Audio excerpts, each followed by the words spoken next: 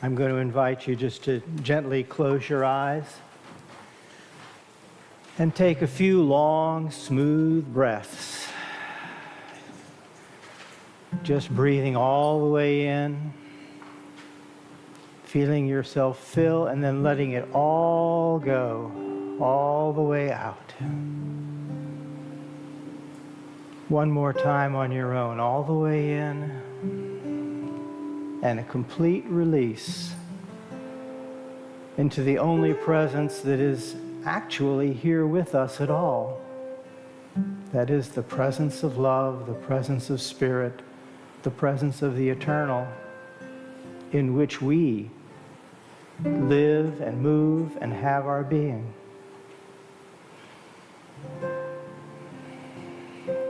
And as we feel the breath find its way through us and we feel our minds begin to slow down, I'll share just one last little thought with you, which is an affirmation that goes, the love of God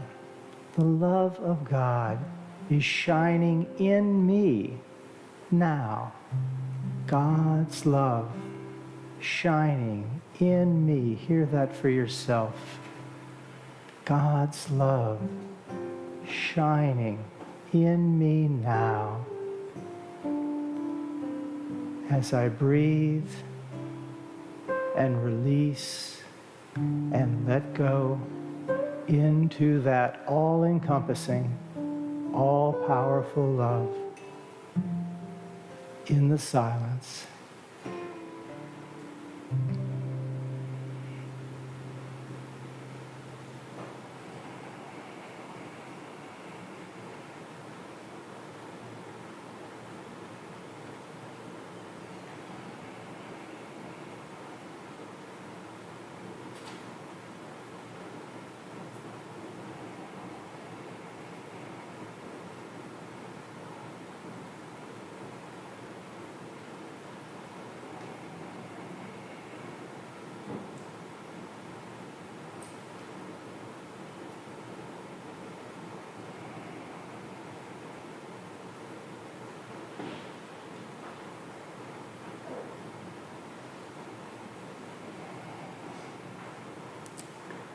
Continuing to feel that breath. Continuing to feel that quiet, that calm.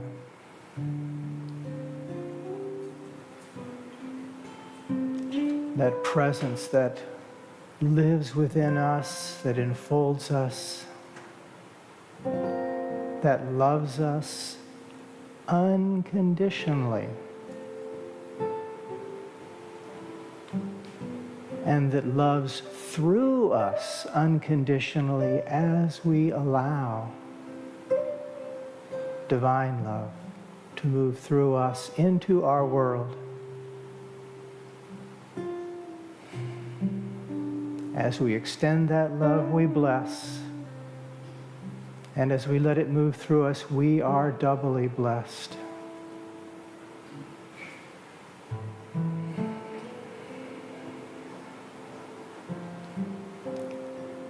So let's take just a couple more breaths gently together. Feel what we're feeling right now.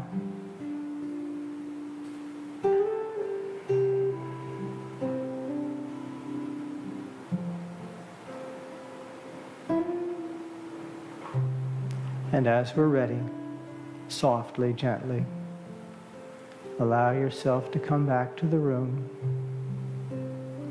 to the seat, to the body, and open your eyes as you are ready.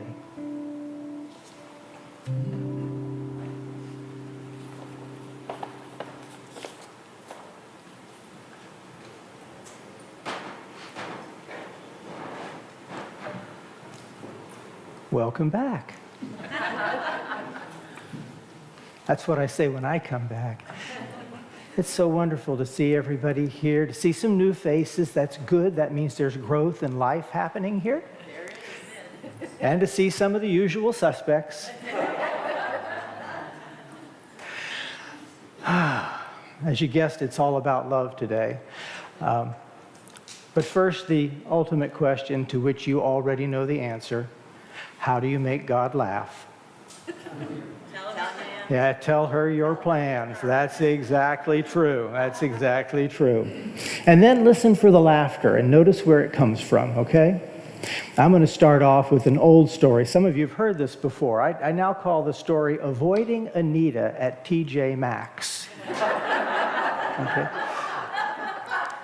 At some point before I became a minister, as we were studying and taking classes and getting ready to go to Kansas City, I realized that I needed a wool scarf in Kansas City in the winter because while you don't need one in Charlotte, North Carolina, Kansas City gets a little cold. At least I thought that was cold. Anyway.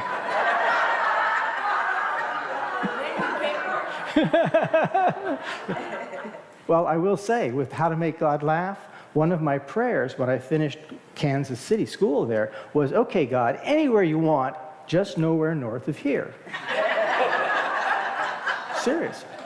Anyway, I needed a wool scarf, so there was a TJ Maxx a couple miles from my house, so I drove down to TJ Maxx. I found a beautiful blue wool scarf, still own it. Went to go up to the front to buy it, and I noticed off to the side a lady named Anita, who used to live in the same condo complex we were in. She and I were actually on the condo board. And the little voice said, go say hi to Anita, right? You know, the little, oh, there's Anita, you should go say hi.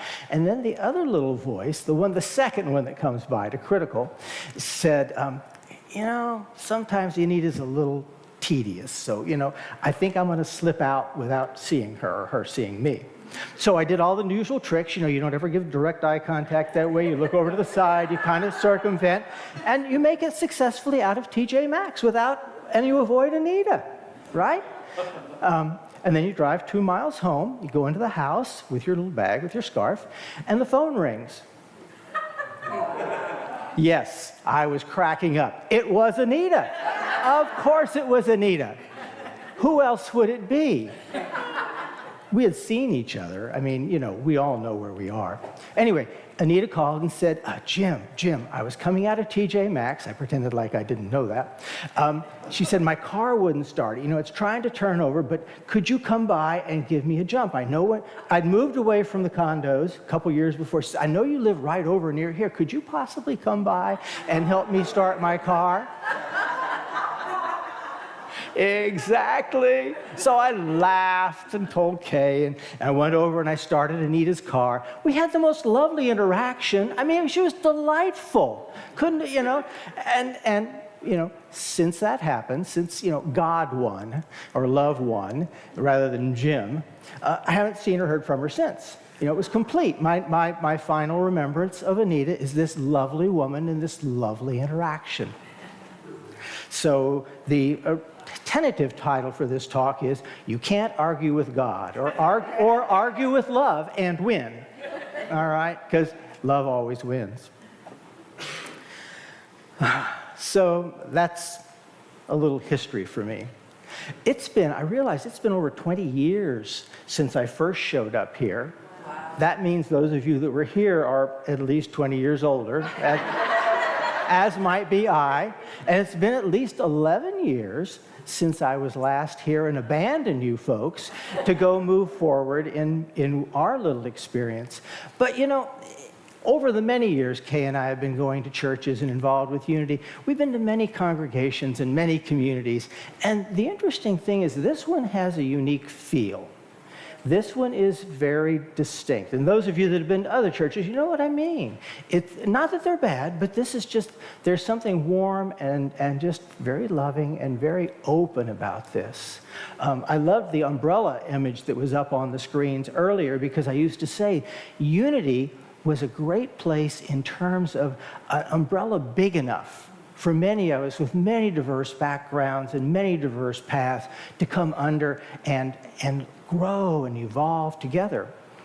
So I felt that I had been guided to leave this community to grow and evolve in the next part of my life, and that you guys would be perfectly taken care of and provided for as you continue to grow and evolve here. I mean, that's what it's about, isn't it? Now, I have a question for you, though.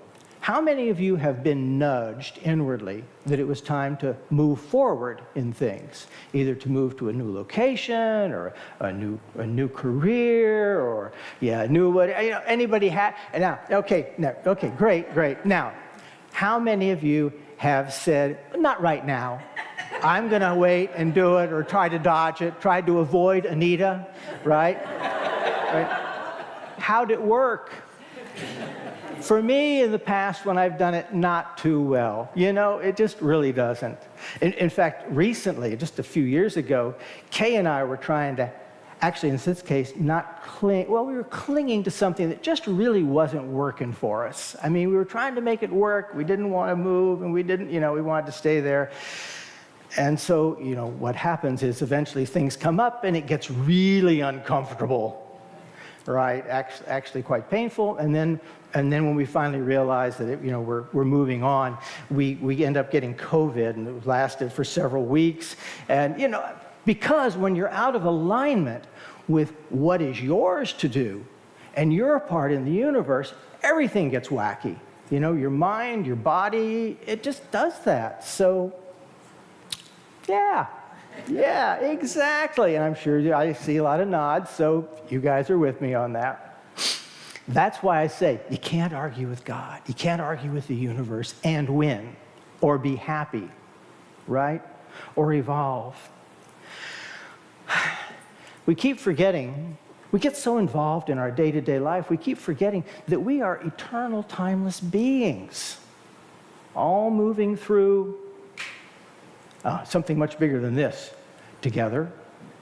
And we can hang out together for a while and grow and evolve and support each other and encourage each other, and that's super. But as Ram Dass says, we're all walking each other home. Not to Albany or Charlotte or we're walking each other home. And so, in the Gospel of Thomas, somebody asked Jesus about the heaven and, we're all going to heaven, right? You're all sure that you're all going to heaven, right? You've all been, saved or whatever you need. Anyway, and somebody asked Jesus about heaven, and he says, well, in Thomas, he says, no one's going to say, see, it's here, or look, it's there. He says, the kingdom is spread out all across us, and people don't see it. There's really nowhere to physically go, but we need to do things to evolve so we can develop the capacity to sense and see and feel that. And some of you, if you've been doing your work off and on, you get glimpses. Usually it's frustrating, because what I get are a lot of glimpses. And it's like, oh, yeah. It's like, oh, now I start thinking again, right? But it's there because you've experienced it, or you've had some moments where it's like, there's more going on here than we have any idea about. And it's friendly. It's actually love. So, 600 years before Jesus started his teachings, there was a guy that was called the Buddha, right? Which is a title, like Christ, it's a title. And the Buddha, the title means, the awakened one. But the Buddha is said to have taught that life is dukkha. I like the word dukkha because I can say it in a way that kind of gets the feeling of it, which many Buddhists translate as suffering. But it can also translate quite well, ask Jack Kornfield or some of his friends, can translate quite well to unsatisfactory. Unsatisfactory. Now, it isn't life itself that's unsatisfactory. What I believe he was pointing toward, and that's the important thing, pointing toward, was the fact that living as separated physical beings in a solid, limiting, contained world, contained in bodies, limited by time and all that, that eventually gets a little unsatisfactory. We want something more than that because we are timeless spiritual beings, not little bodies walking around. And so the Buddha, the one who's awake, has the capacity to begin to realize the reality underlying all this stuff. To notice the things of time and the things that exist beyond time, which includes us, right? The things of the human mind and human thoughts, and the things that go way beyond perceptions and any kind of thinking we're familiar with. So that's part of our practices, is to move into that direction, because we're literally walking each other home and we're all going to get there. But do we go there consciously? Or do we go there kind of like, I don't know which way I'm going, but I think I'm going home, and then wandering aimlessly? That doesn't sound too effective. And as we learn to let go of the things we hold on to, or the things we don't want, or the things we need, or whatever our chatter is telling us, we begin to open up and we begin to have those experiences of running into what is what always has been. And the truth behind each one of us. You see the beauty in people and things. So mathematically speaking, the spiritual path is a path of subtraction, not addition. We're not adding in more things. We've already piled enough junk on top of our minds and our thoughts. The idea is to subtract, to release, to let go of everything, ultimately, everything that isn't heaven, everything that isn't love, and then all we'll have left is heaven and love, because it's already here. We don't have to find it and bring it in. We just got to, do some dusting around the house, So, anyway, and now that is challenging. That is challenging, because living in this world and seeing what we see around us, especially media and news, you see what looks like a harsh and very overpowering reality.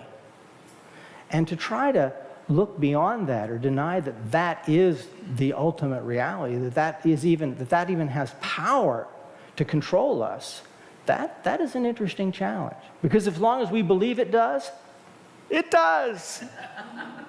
That's the sad part. It's all about our belief system. Remember what the initials for belief system are. It's all about our belief system. So, anyway, early on in the Course in Miracles, you guys that know me know I'm an old Course in Miracles student. You get a daily lesson, an affirmation for the day, like the daily words we have here, that says, God is the strength in which I trust. Now, if the word God is not your favorite word, use the word love. Love is the strength in which I trust. The lesson goes on to say, if you're trusting in your own strength, you indeed have things to be concerned about. Because, if you haven't noticed, you really can't control much of anything. But trust in that divine presence.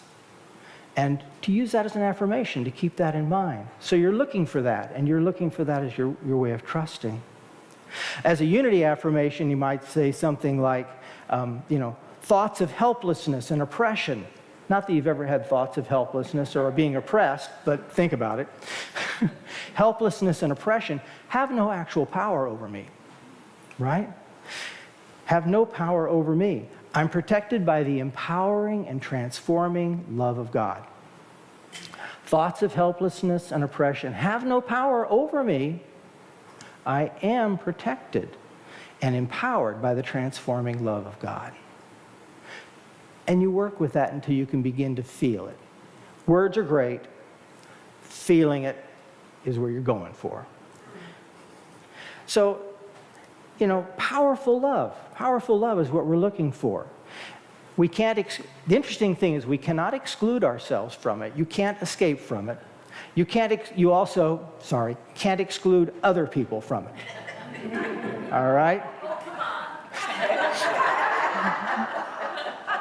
The other thing Ram Dass's teacher used to say was, no matter what happens, never throw anybody out of your heart. No matter what. Never throw anybody out of your heart. Because you can't argue with love. You can't argue with God and win. It won't work. You can try. You'll be the one suffering. So we've got that. Reality in heaven, not that far away. Not that far away.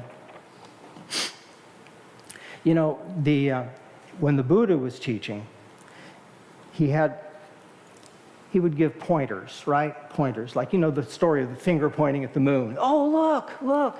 And indeed, it wasn't the finger you're supposed to look at.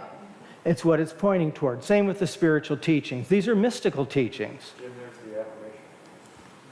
Yes. It'll show up in a minute, again in a minute. It'll show up again in a minute.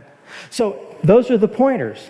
I love it in the Buddhist Heart Sutra, the very end of the Heart Sutra. A couple people have made it into a song. Is a song that is a line that goes, Gate gate, paragate, parasam gate, bodhisvaha. Right? Everybody got it? Okay, good, yeah. Oh, good. I'm glad you guys all know your Sanskrit.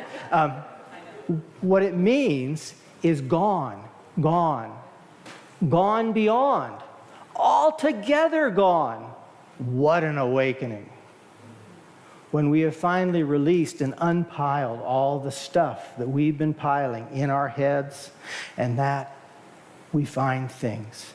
When we finally let go of the chatter. And I believe that was ultimately the Buddha's message. I believe that was the Jesus message about letting go. And I believe that's the unity message very clearly. I believe it's the mystical message no matter where you go, which is why I love unity, because it's an opportunity for people who have curiosity outside the very linear and concrete to come together and support each other in letting go, gone beyond, gone altogether beyond whatever I was thinking. Wow. What an awakening. What an awakening. So the question for us always becomes, are we willing to take some time? It's been interesting for me because I haven't been leading a church or really engaged heavily in one specific spiritual community. How do you keep yourself doing your practice of quieting your mind, right? Because your inner chatter is not going to solve all your problems. In fact, it might actually be the source of just a few of them. You know, so gone. Letting go of the chatter, taking time to still as best you can. You're not trying to make absolute silence in your head. Just don't pay too much attention to it, and it'll fade into the background. It'll still be there. If you ever need it, it's right there for you. It's right there. But you can back away from it and open up. And in that listening, in that being present, when I say listening, I'm not talking necessarily words. Things show up and you just kind of, it's like, oh. You may not even know what the oh was about, but you know it was different than your normal day. And that means you have created a little crack in the eggshell where something can come through other than you. As we do that regularly, things begin to shift. And you know, you're an eternal spiritual being. You're a timeless being. You're going to do it today, or are you going to wait another 6 or 7 lifetimes? You know? Yeah, I thought about doing it, when I was living on that planet. But I decided I'd just keep on listening to the chatter. I mean, laugh, but think about it. Think about it. So it is the practice. In the Course in Miracles, Jesus says a really neat thing. A quote I've always liked. It says, his voice says, "If you want to be like me, I will help you, knowing we are alike. If you want to be different, I'll wait till you change your mind." He says, I can teach you, but only you can choose to listen to the teaching. How else can it be if the kingdom of God is freedom? Now, I've always liked that. So that's our opportunity for learning, for listening, for evolving together. The Course, the Course in Miracles, like Buddhism, teaches that what we are currently seeing, what you and I are currently seeing, are what it calls mental projections, or the Buddha called mental projections, or illusions or delusions. Somebody once said, what's the difference between an illusion and a delusion? An illusion is something you look at and you say, oh, that's not real. I know that's an illusion. A delusion, you look at it and you go, oh yeah, that's real. Right? And that's interesting, because that means you believe it. So what we see are delusions. The Buddha actually uses, Buddhist text used the word Maya, which literally means delusion. Literally means delusion. And these are the things that our little chattery mind thinks up when we're, not centered, not doing it. And being projections of the mind, they're guaranteed to change. That's why writings like the Course and other spiritual teachings refer to a lot of what we see as dreams. Think about the dreams you have at night. Can you make them stay still? Can you make them, can you go back to the same dream? Can you keep it from shifting? Those are as Eckhart Tolle would say, those are the mind-made things going on inside us. That's projections of the mind. So one of the things we also need to remember is what we seem to be seeing may not be what's actually going on. It's the lenses we're mentally looking through. So I'm going to give you a little exercise, a little activity here in class, and then we'll do a meditation here. We'll do a little affirmation. So let's just sit comfortably and close your eyes for a minute and take a couple of breaths. And I'm going to read you something, an activity for you to do from the Course. The activity is in a section called The World That Shines with Love. The world that shines with love. So breathe a little bit with your eyes closed. And then gently, take another moment or two. And then gently listen to this and do what it says. Sit quietly and look upon the world you see. Open your eyes. Sit quietly, look upon the world you see around you. And tell yourself, the real world is not like this. The real world has no buildings, and there are no streets where people walk alone and separately. There are no stores where people buy an endless list of things they do not need. The real world is not lit with artificial light, and night comes not upon it. There is no day that brightens and then grows dim. There is no loss. Nothing is there but that which shines and shines forever. It goes on to say that side of what we're currently looking at and looking for, focusing our attention on, is costing us a different kind of vision, a spiritual vision, a vision of truth. You cannot see both worlds, it says, for each of them involves a different kind of seeing and depends on what you cherish. The sight of one is possible because you have denied the other. Your one true reality was given you, and by it God, love, created you as one with itself. It concludes that section by saying, you will first dream of peace and then awaken to it. Love waits on welcome, not on time. And the real world, we would call it heaven, is only your welcoming of what always was. The call of joy is in it. And in your glad response to that call is your awakening to what you have never lost.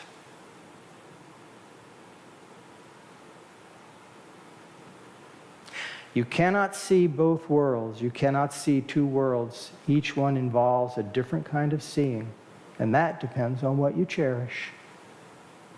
The sight of one is possible only because you have denied the other.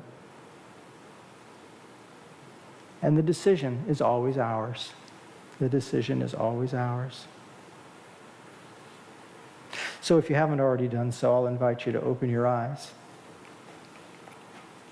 And I'll remind you that as the song we just sang, there is only love, it's all about love.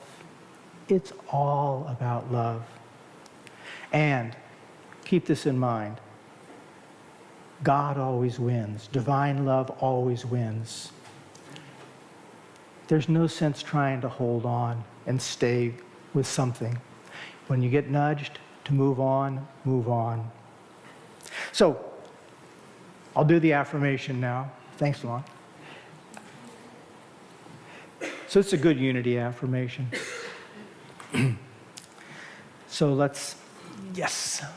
And make sure I have the right thing, because I tend to change things as I go along. Yes, I have an or in there. I have an or in there. So let's say together, thoughts of helplessness or oppression have no power over me. I am protected and empowered by the transforming love of God. That was pretty good. Let's see if you can do better. Ready? With some juice. Together? Thoughts of helplessness or oppression have no power over me. I am protected and empowered by the transforming love of God. I believed that time.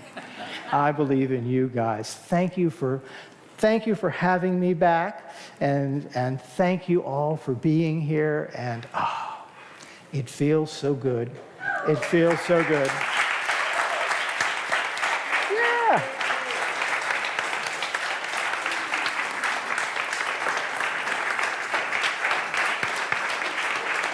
You're welcome.